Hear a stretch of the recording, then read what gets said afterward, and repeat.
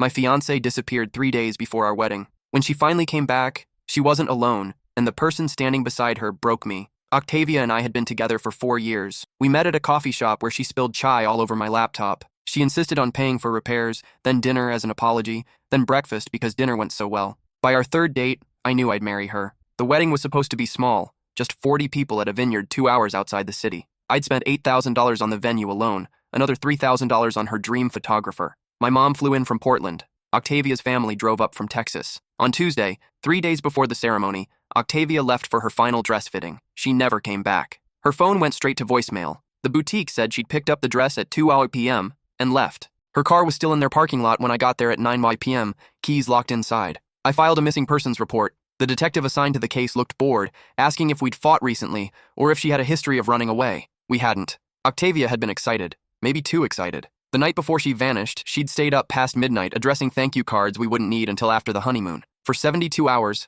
I didn't sleep. I called hospitals, checked morgues, posted her photo everywhere online. My hands shook every time my phone rang. My mom canceled the catering. Her father called off the band, but I couldn't cancel the venue. We'd signed a contract. On Friday morning, our wedding day, Octavia walked through my apartment door at 6 a.m. Standing beside her was Devin. Devin, her ex-boyfriend from college, the one she'd described as controlling and manipulative, the one she'd needed therapy to recover from. "I need you to listen," Octavia said, her voice steady in a way that made my chest tight. Devin looked exactly like his social media photos. Tall, confident, wearing an expensive watch. He didn't apologize for the chaos. He just stood there with his hand resting on her lower back like he owned her. "I made a mistake," Octavia continued. "I thought I was ready to marry you, but seeing Devin again made me realize I never processed what we had, what we still have. The apartment was full of wedding gifts we hadn't opened yet. The suit I'd bought hung on the closet door. In 8 hours, 40 people would be waiting at a vineyard for a ceremony that would never happen. You disappeared for 3 days, I said, my voice cracking. 3 days before our wedding. To be with him? I needed time to think, she said. Away from everyone's expectations. Away from the pressure. Devin finally spoke. "Look, man, I know this is hard, but you'll understand eventually some connections are just—" "Get out," I interrupted. "Both of you. Now." Octavia hesitated. For a moment, I saw something flicker across her face. Regret, maybe guilt. But then Devin touched her shoulder and she turned away, following him out the door without looking back. After they left, I sat on the floor surrounded by wrapped gifts and unanswered questions. My phone buzzed with texts from guests asking if they should still come. My mom knocked on the door, but I couldn't face her. I spent that afternoon calling everyone, explaining that the wedding was canceled. Most people were understanding. Some asked what happened. I didn't have an answer that made sense. That night, my brother showed up with whiskey and takeout. We didn't talk much. He just sat with me while I stared at the engagement photos on my wall. 2 weeks later, the credit card bill arrived. The venue charged us full price. The photographer kept her deposit. I was out nearly $15,000 for a wedding that never happened. Then Octavia's sister called.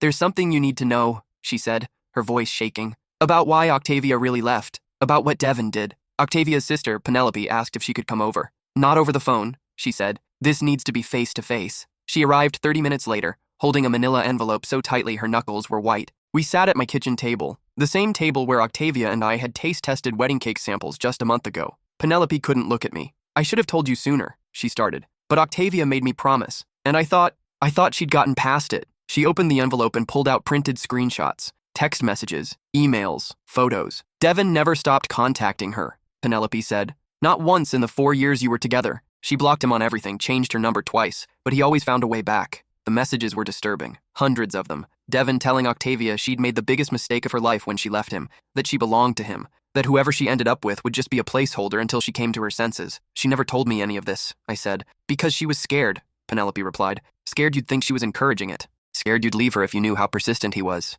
She showed me an email from 6 months ago. Devin had found out about the engagement through mutual friends. The message was long, rambling. He detailed everything they'd shared in college, twisted their history into something romantic rather than toxic. He ended with a threat disguised as concern. "I can't let you make this mistake. I'll be there when you realize what you're throwing away." "She should have told me," I said, my voice hollow. "She was going to," Penelope said. "After the wedding, she didn't want anything to ruin it." Then she showed me the final message, the one that changed everything. 3 days before the wedding, Devin had sent Octavia photos. Photos of me, at the gym, getting coffee, walking to work, time-stamped over several weeks. The message was simple. "I've been watching. I know where you live, where he works, where his mother is staying. Cancel the wedding and come back to me, or I'll make sure he understands what it means to take something that's mine." My hands started shaking. "He threatened me? He stalked me?" Penelope nodded, tears streaming down her face. Octavia panicked. She thought if she went to him, if she pretended to go back willingly, he'd leave you alone. She thought she could manage him, talk him down. "She's been texting me the whole time. terrified out of her mind.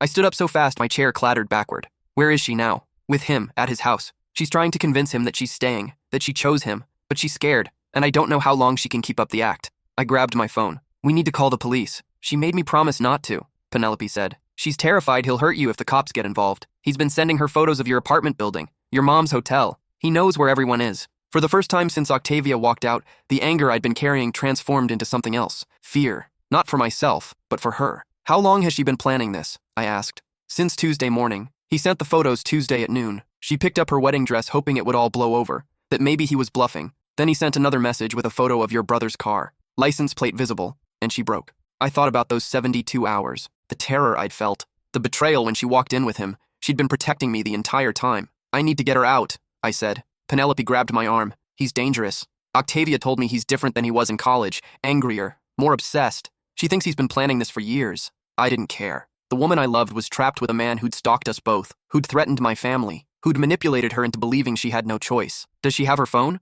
Yes, but he checks it constantly. She can only text me when he's sleeping or in the shower. Can you text her right now? Tell her I know everything. Tell her to hold on. Penelope pulled out her phone and typed quickly. We waited. 3 minutes later, a response came. She says Devin's out getting food. She has maybe 20 minutes. Send her this address, I said, already moving. I grabbed a notepad and wrote down my brother's apartment complex. Tell her to get out now. Walk, run, whatever. Get to this address and wait inside the lobby. Don't go outside for any reason. Penelope sent the message. Then I called my brother. I need you to pick someone up, right now. Don't ask questions yet. Just do it. Who? Octavia. Silence. I thought, I'll explain later. She's in danger. Real danger. I'm texting you an address. Get there in 15 minutes and bring her back to your place. Don't let her out of your sight. To his credit, my brother didn't hesitate. On my way. Penelope and I sat in tense silence watching her phone. 5 minutes passed. 10. Then, I'm out. Walking fast. He'll notice soon. Another message. There's a coffee shop on the corner. Hiding in the bathroom. My brother texted me. Got the address 5 minutes away. Penelope's phone buzzed. He's calling me.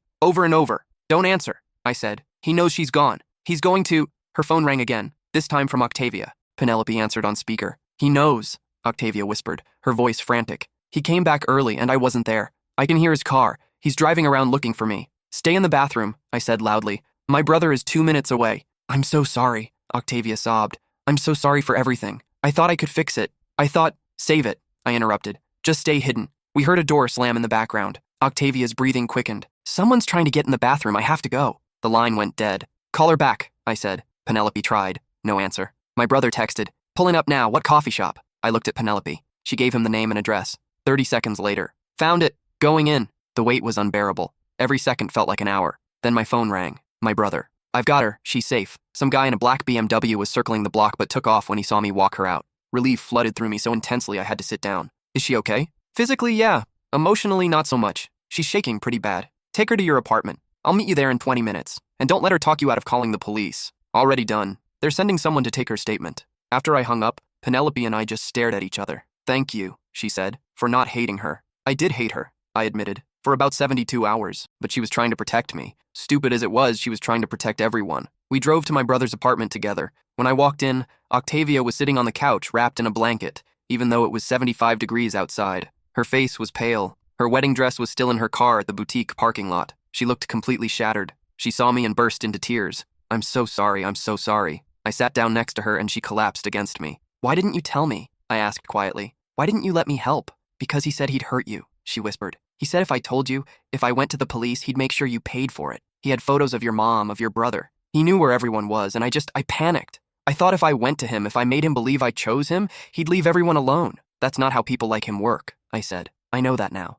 2 police officers arrived and took her statement. They documented everything. The texts, the emails, the photos, the threats. They took my statement too. Penelope showed them everything she had. We'll issue a restraining order immediately, one officer said. And we're bringing him in for questioning, stalking, harassment, terroristic threats. He's looking at serious charges. What if he comes after me? Octavia asked, her voice small. We'll have increased patrols around your residence. Do you have somewhere safe to stay? She looked at me. I looked at my brother. She can stay here, my brother said. I've got a spare room, and I work from home so she won't be alone. Over the next week, the full scope of Devin's obsession came to light. The police searched his house and found a room dedicated entirely to Octavia. Photos from college, photos from the past 4 years, clearly taken without her knowledge, printed social media posts. A detailed timeline of her life since they'd broken up. There were plans, detailed plans, how to isolate her, how to sabotage her relationships, how to make himself seem like the only stable option. He'd deliberately befriended one of Octavia's coworkers to get information about her. He'd hacked into her email twice. He'd tracked her location using a cloned SIM card.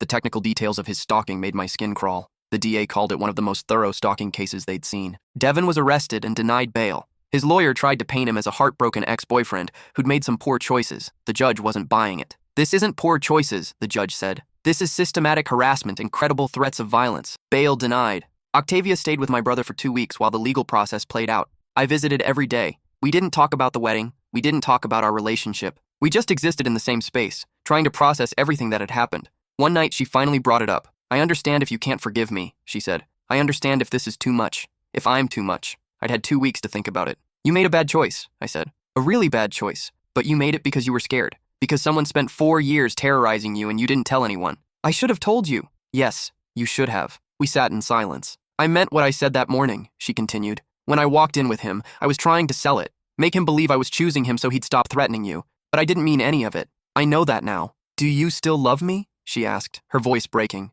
I thought about those 72 hours, the fear, the confusion, the anger. Then I thought about 4 years of coffee shop mornings and lazy Sundays, inside jokes and shared dreams. The way she laughed at my terrible puns, the way she held my hand during scary movies. "Yes," I said, "but I'm also hurt and angry, and I need time to process all of this." She nodded. "That's fair." 3 months later, Devin pleaded guilty to multiple charges: stalking, harassment, terroristic threats, unlawful surveillance. He got 6 years, with a permanent restraining order. Octavia had started therapy, real therapy, with a specialist in trauma and abusive relationships. She was learning to recognize the patterns Devin had used, the ways he'd manipulated her into silence. "I felt so stupid," she told me one evening. We were sitting on my brother's balcony watching the sunset. "Like I should have known better. Like I should have seen what he was doing." "That's what people like him count on," I said. "They make you feel crazy for being afraid." She'd moved back into her own apartment, but she wasn't living alone. Penelope had moved in with her. They'd installed a security system, changed all the locks. Octavia had switched jobs to a company across town, somewhere Devin's connections couldn't reach.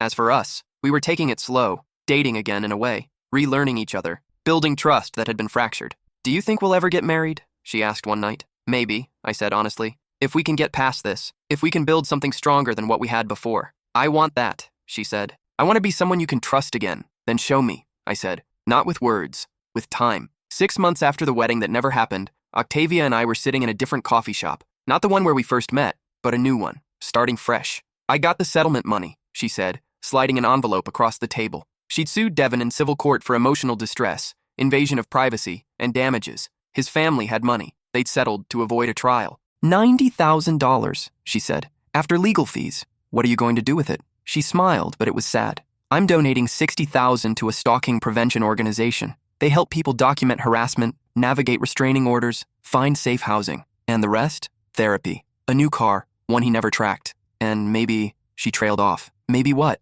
Maybe paying back some of the wedding costs. I know you lost a lot of money. It's not fair that you paid for a wedding that didn't happen because of my mess." I shook my head. "Keep it. Use it to build the life you want. That's more important. I want a life with you," she said quietly. "But I understand if you don't want that anymore." I'd thought about this a lot, about whether I could move forward with someone who'd lied to me, who disappeared at the worst possible moment. But I'd also thought about why she did it, about the fear she'd been living with, about the impossible choice she'd been forced to make. "I don't know what I want yet," I admitted. "Some days I look at you, and I see the woman I fell in love with. Other days I see someone who hurt me, even if it wasn't intentional." "I hate that I did this to you," she whispered. "I know, but hating it doesn't undo it. We have to decide if we can move forward or if this broke us permanently." A year after the wedding that never happened, Octavia and I were still together, still dating, still rebuilding. She'd finished her therapy program. I'd started my own, working through the trust issues and the trauma of those 72 hours. We didn't live together. We probably wouldn't for a while, but we had dinner twice a week. We went on weekend trips. We talked about the hard stuff instead of avoiding it. One Saturday, we drove out to the vineyard where our wedding was supposed to happen. "Why are we here?" she asked as I parked. "Because I need to see it," I said. "I need to know if this place still hurts." We walked through the grounds. It was more beautiful than I remembered. Rolling hills, perfect light, grapevines stretching toward the horizon. 40 people were supposed to be here, I said, watching us promise forever to each other. "I'm sorry I took that from you." "Devin took that from us," I corrected. "Not you." We found the spot where the ceremony would have been, an archway covered in flowers overlooking the valley. "Would you want to try again?" she asked. "Someday?" I turned to look at her, really look at her. She was different now, stronger, but also more vulnerable. She'd stopped hiding her fear behind smiles and false confidence. She'd learned to ask for help. "Maybe," I said, "but not here. This place belongs to a version of us that doesn't exist anymore." "So where?" "Somewhere new." Somewhere that's ours, not haunted by what Devin took from us. She nodded. I can live with that. 18 months after everything fell apart, Octavia called me at 2 a.m. My heart stopped. Late-night calls still triggered me. He's out, she said, her voice shaking. Devin got out early. Good behavior. His lawyer just called to tell me. I was at her apartment in 15 minutes. She was sitting on the floor, surrounded by the security system manual, double-checking every sensor. The restraining order is still active, I said. He can't come near you. That didn't stop him before. She had a point. We called her lawyer. He confirmed it. Devin had been released 3 months early, with strict parole conditions. He wasn't allowed within 500 feet of Octavia. He had to wear an ankle monitor. Any violation would send him back to prison. The system will alert you if he gets within a quarter mile, the lawyer explained. But I'd recommend staying vigilant. For the next week, Octavia barely slept. Every car that passed her building made her jump. Every unexpected sound sent her into panic. I started staying over, sleeping on the couch. Penelope installed additional cameras. We created an emergency plan. Then, 10 days after his release, Octavia's phone buzzed with an alert. He's near, she whispered, showing me the screen. The GPS tracking showed Devin was 0.3 miles from her apartment, circling. We called the police immediately. He's violating his parole, the dispatcher said. Officers are en route. Stay inside. Do not engage. We watched the GPS dot on Octavia's phone. It moved closer. 0.2 miles, 0.15 miles. Then it stopped, right outside her building. He's here, Octavia said, her whole body trembling. I pulled her away from the window. Penelope was on the phone with 911, giving them real-time updates. 2 minutes later, we heard sirens. I risked a glance out the window. Devin was standing on the sidewalk, staring up at Octavia's apartment. He wasn't trying to hide. He wasn't trying to run. He just stood there like he wanted her to see him. 3 police cars surrounded him. He put his hands up slowly, that same confident smile on his face that I remembered from our apartment that morning. They arrested him right there. Parole violation. Restraining order violation. Back to prison. Later, the detective handling the case called us. He admitted he came here on purpose, she said. He wanted to prove he could find her. Wanted to prove the restraining order couldn't stop him. His exact words were, "She needs to understand that she's mine." How long will he be in prison this time? I asked. His parole is revoked, so he'll serve the full remaining sentence, 3.5 years, and we're adding the new violations. Judge is not happy. He's looking at potentially 5 more years total. 2 years after the wedding that never happened, Octavia and I were still together, still building, still healing. We'd moved in together 6 months ago. A new apartment, new neighborhood, fresh start. The nightmares had decreased for both of us. She was sleeping through the night more often. I didn't flinch every time the doorbell rang. One Sunday morning, I woke up to find her sitting on the balcony, drinking coffee and watching the sunrise. "What are you thinking about?" I asked, sitting down next to her. "Everything," she said. "How different life is now. How close I came to losing you. How much work it took to get here. Do you regret any of it?" She thought about it. "I regret how I handled it," she said. "I regret not trusting you enough to help me. But I don't regret where we ended up." We sat in comfortable silence. "I want to ask you something," I said, "and I need you to be honest with me."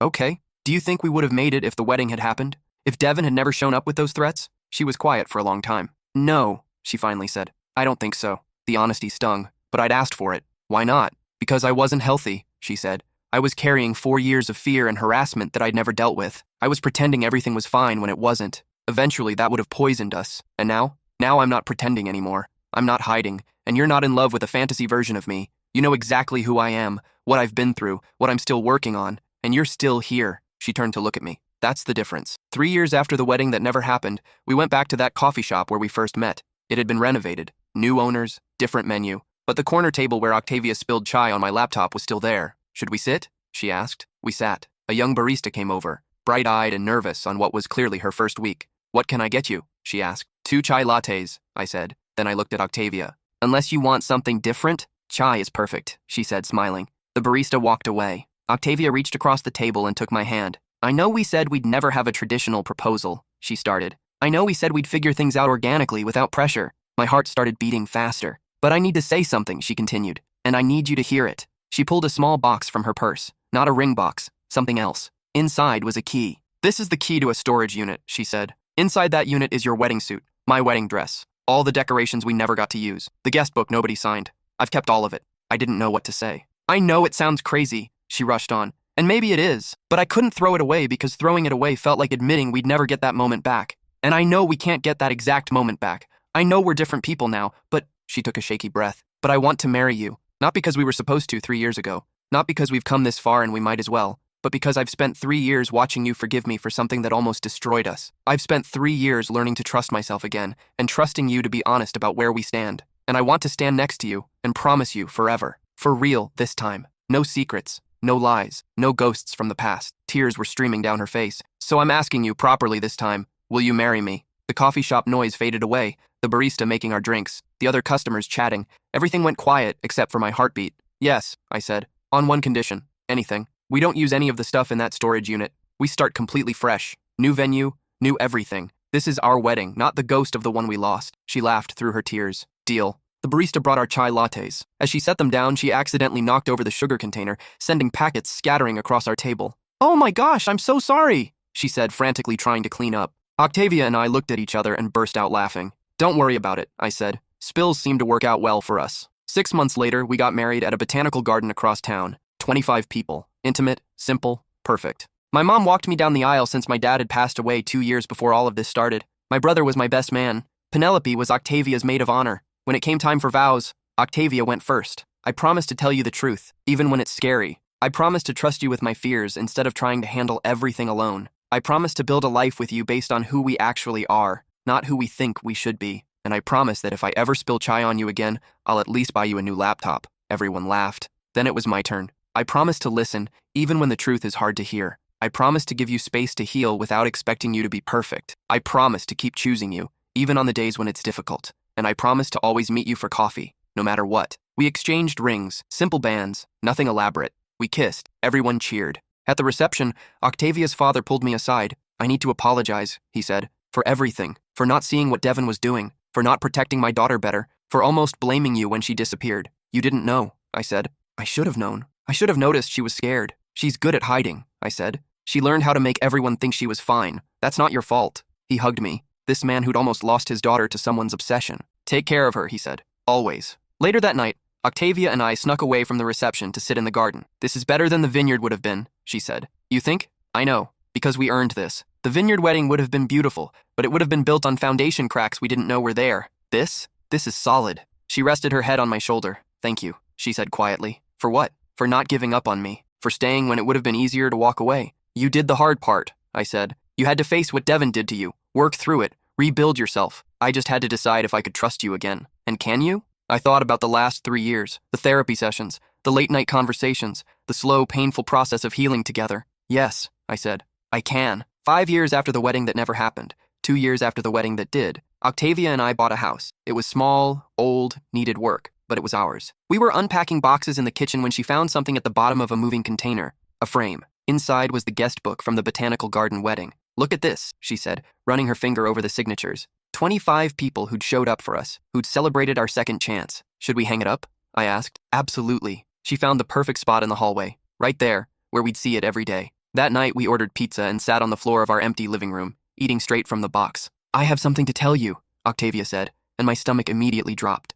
She saw my face and laughed. Nothing bad, I promise. Okay. I've been thinking about starting a nonprofit, she said, for stalking victims. Help them document everything, navigate the legal system, find resources. Everything I wish I'd had when Devin started. That's amazing, I said. I want to use my story, she continued. Not all the details, but enough that people understand they're not alone, that it's not their fault, that leaving isn't always as simple as just walking away. You'd be incredible at that, she smiled. I also have something else to tell you. 2 things in one night. She took my hand and placed it on her stomach. We're pregnant. The world stopped. Are you sure? 3 tests. Doctor's appointment scheduled for next week, but yeah, I'm sure. I didn't know what to say. We talked about kids, but always in abstract terms. Someday. Eventually. Not now. How do you feel about it? I asked. Terrified, she admitted, but also happy. Ready, I think. We've built something strong. I think we can do this. What if I'm not ready? Then we'll figure it out together. Like everything else. I pulled her close. We're having a baby. We're having a baby. 7 years after the wedding that never happened, I was sitting in a hospital room,